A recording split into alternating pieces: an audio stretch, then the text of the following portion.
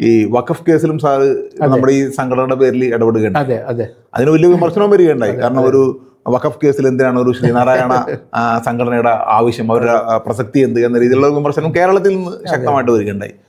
ഡൽഹിയിലുണ്ടായി. അപ്പൊ എന്തിനാണ് പുറയിൽ മുസ്ലിം ശക്തികൾ? അതെ അതെ അതെ അതെ, പൊതുവിൽ ആരോപിക്കപ്പെടുന്നത് അങ്ങനെയാണ്. അതെ അതെ.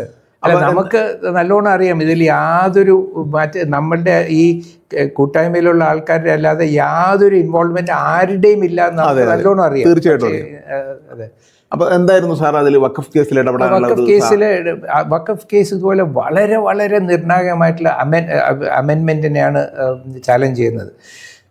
എന്തുകൊണ്ടാണ് ഇത്ര നിർണായകമായത്? അപ്പോൾ വഖഫ് എന്ന് പറയുന്നത് നമുക്കെല്ലാവർക്കും അറിയാവുന്നതാണ്.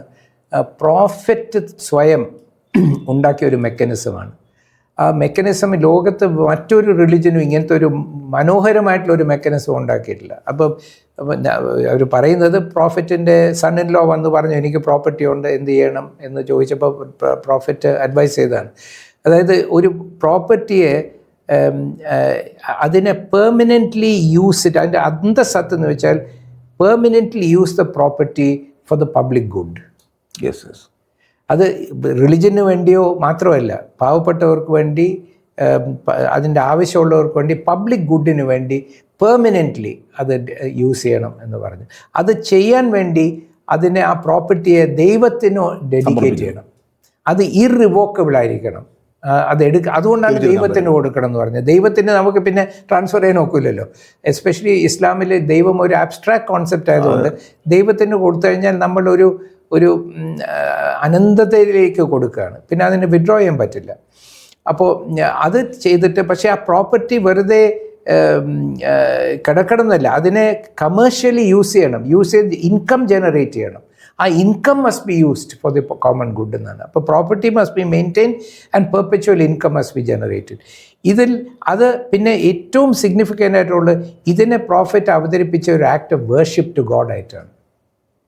ഇത് വെറും ഒരു ചാരിറ്റി അല്ല. ഇത് ചെയ്യുമ്പോൾ it is an act of worship to God for a Muslim. അപ്പോൾ ഈ worship of God in the public good, ഇത് രണ്ടും കൂടെ, ഇങ്ങനത്തെ ഒരു മെക്കാനിസം എൻ്റെ അറിവിൽ വേറെ ഒരു റിലിജനിലും ഇല്ല. വേർഷിപ്പ് ബൈ ഹെൽപ്പിംഗ് അതേഴ്സ് എന്നുള്ളൊരു കോൺസെപ്റ്റാണ്. അപ്പോൾ ഇതിനെ ഈ വഖഫ് അമെൻമെൻറ്റ് ഇതിനെ ആകെപ്പാടെ അബോളിഷ് ചെയ്യാണ് ബേസിക്കലി. എന്നിട്ടൊരു ഇന്ത്യൻ സ്റ്റേറ്റ് എൻജിനീയർഡ് മെക്കാനിസം കൊണ്ടുവരുന്നു. അതിൽ നോൺ മുസ്ലിംസ് ഉണ്ട്. അതിൽ ഒരു നോൺ മുസ്ലിം വന്നു കഴിഞ്ഞാൽ ഈ മെക്കാനിസത്തിനെ, റിലീജിയസ് മെക്കാനിസത്തിനെ തന്നെ കാണുന്നത് ഒരു ബിലീവറായിട്ടല്ലല്ലോ. അപ്പോൾ എന്താണ് വാട്ട് ഈസ് ദ റോഡ്? ഇവിടെ പറയുന്നു ഒരു തന്ത്രി ഇത് റിലീജിയസ് അഫെയർ ആണെന്ന് പറഞ്ഞു കഴിഞ്ഞാൽ കോൺസ്റ്റിറ്റ്യൂഷന് പോലും ഇന്റർഫിയർ ചെയ്യാൻ പാടില്ല എന്നാണ് പറയുന്നത്. അവിടെ പറയുന്നത് ഇതൊരു ആക്ട് ഓഫ് റിലിജിയനാണ്, റിലീജിയസ് ആക്ടാണ്, dedication to waqf and use of waqf. അതിൻ്റെ ഉള്ളിൽ non Muslims must be there എന്ന് പറയുന്നു. അപ്പോൾ ഈ ഹിന്ദു ടെമ്പിൾസിലെ സാങ്ക്ടം സാങ്ക്ടോറത്തിൽ പൂജ ചെയ്യുമ്പോൾ non Hindus must be there എന്ന് പറയുന്നതിൻ്റെ ഒരു ഇക്വവലൻ്റ് ആണ്. ബിക്കോസ് അവിടെ വേർഷിപ്പ് നടക്കുകയല്ലേ. ആ വേർഷിപ്പ് നടക്കുമ്പോൾ ഹിന്ദു അല്ലാത്തവർ മാത്രം ഉണ്ടാകണം ഒരു നിയമം നമ്മൾ ഉണ്ടാക്കിയാൽ അത് സമ്മതിക്കുമോ ഇവർ? അപ്പോൾ അതിൻ്റെ ഇക്വവലൻ്റ് ആണ്. അപ്പോൾ the whole act must be struck down as unconstitutional, violating Article 25 and various other provisions of the Constitution. അപ്പോൾ ഈ ഒരു ആംഗിളാണ് നമ്മൾ പറയുന്നത്. ബിക്കോസ് ഈ ആളുകളുടെ ഈ 25(1) right, they have the freedom. ഇത് ആർക്കാണ് ഒരു ഹാം വരുന്നത് അല്ലേ?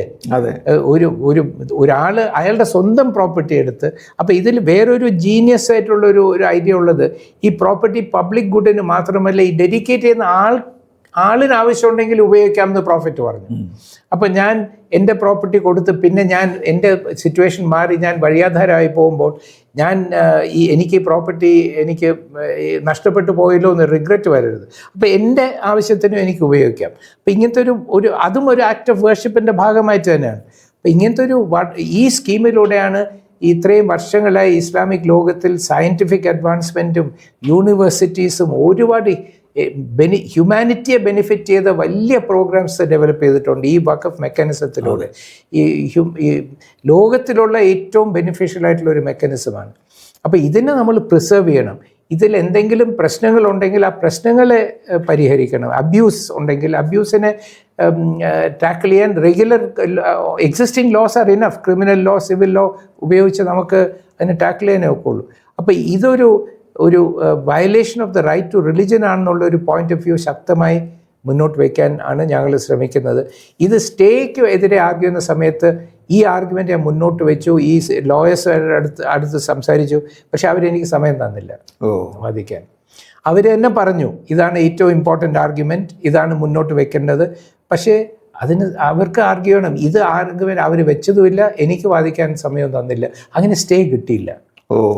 ഈ ചീഫ് ജസ്റ്റിസ് ഓഫ് ഇന്ത്യ പറഞ്ഞു എന്തെങ്കിലും ഒരു വലിയൊരു ഇഷ്യൂ വേണം ഈ സ്റ്റേ ചെയ്യണമെങ്കിൽ, ഒരു ആക്ടിന് സ്റ്റേ ചെയ്യണമെങ്കിൽ. ഇപ്പം ഫാർ മാക്സ് സ്റ്റേ ചെയ്തല്ലോ, അപ്പോൾ അതുപോലെ വലിയൊരു ഇഷ്യൂ വേണം. ഞാൻ പറഞ്ഞു ഇതൊരു വലിയ ഇഷ്യൂ ആണ്.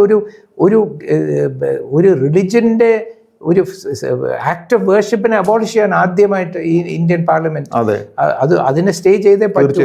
പക്ഷെ ആർഗ്യുമെന്റ് മുന്നോട്ട് വെച്ചില്ല. നമ്മൾ റൈറ്റിങ്ങിൽ കൊടുത്തു, പക്ഷെ മുന്നോട്ട് വെക്കാൻ അവസരം തന്നില്ല. അപ്പം ഞാൻ കാണുന്നത് ഈ കോടതിയിൽ 3-4-5 സീനിയർ ലോയേഴ്സ് ഉണ്ട്. അവർ ലിമിറ്റഡ് സമയമുള്ളപ്പോൾ അവരതിനെ ഡോമിനേറ്റ് ചെയ്യാണ്. ഇനിയിപ്പോൾ മെയിൻ ആർഗ്യുമെന്റ് ടേക്കപ്പ് ചെയ്യുമ്പോൾ നമ്മളിത് മുന്നോട്ട് വെക്കും. പക്ഷെ അത് ടേക്കപ്പ് ചെയ്യുമോ, എപ്പോൾ ചെയ്യും എന്ന് അറിയില്ല. പിന്നെ ഇതിനെ എന്തുകൊണ്ടെന്ന് അറിയില്ല. എനിക്ക് ഇതിനെ ഒരു വലിയൊരു ഇഷ്യൂ ആയിട്ട് എടുത്ത് ആരും ഫൈറ്റ് ചെയ്യുന്നില്ല. അതിൻ്റെ സിഗ്നിഫിക്കൻസ് ആൾക്കാർ മനസ്സിലാക്കുന്നില്ല. നമ്മൾ തുടക്കത്തിൽ പറഞ്ഞ ഒരു വിഷയത്തിൽ തന്നെ അവസാനിക്കാൻ തോന്നുന്നു. കാരണം ഇതിനകത്ത് സാറ് നേരത്തെ സൂചിപ്പിച്ച പോലെ തന്നെ ഒരു ഒളിഗാർക്കി എന്ന് പറഞ്ഞ സംവിധാനം ഈ ജുഡീഷ്യറിക്കകത്തും വളരെ ശക്തമാണത്. ജഡ്ജിമാരുടെ ഇടയിലും ബാറിനിടയിലും വളരെ ശക്തമാണ്. അതുകൊണ്ട് തന്നെ ഈ ദളിതരുടെയും അതുപോലെ തന്നെ ബഹുജനങ്ങളുടെയും മുസ്ലിങ്ങൾ ഉൾപ്പെടെയുള്ള ന്യൂനപക്ഷങ്ങളുടെയും ഭരണഘടനാപരമായ ന്യായമായ അവകാശങ്ങൾ പോലും ഫൈറ്റ് ചെയ്ത് നമുക്ക് നേടിയെടുക്കാൻ കഴിയുന്നില്ല, അല്ലെങ്കിൽ അത് ഹനിക്കപ്പെടുന്നു പോകുന്നു എന്നുള്ള ഒരു വസ്തുതയാണ് ഇതിൽ നിന്ന് മനസ്സിലാകുന്നത്.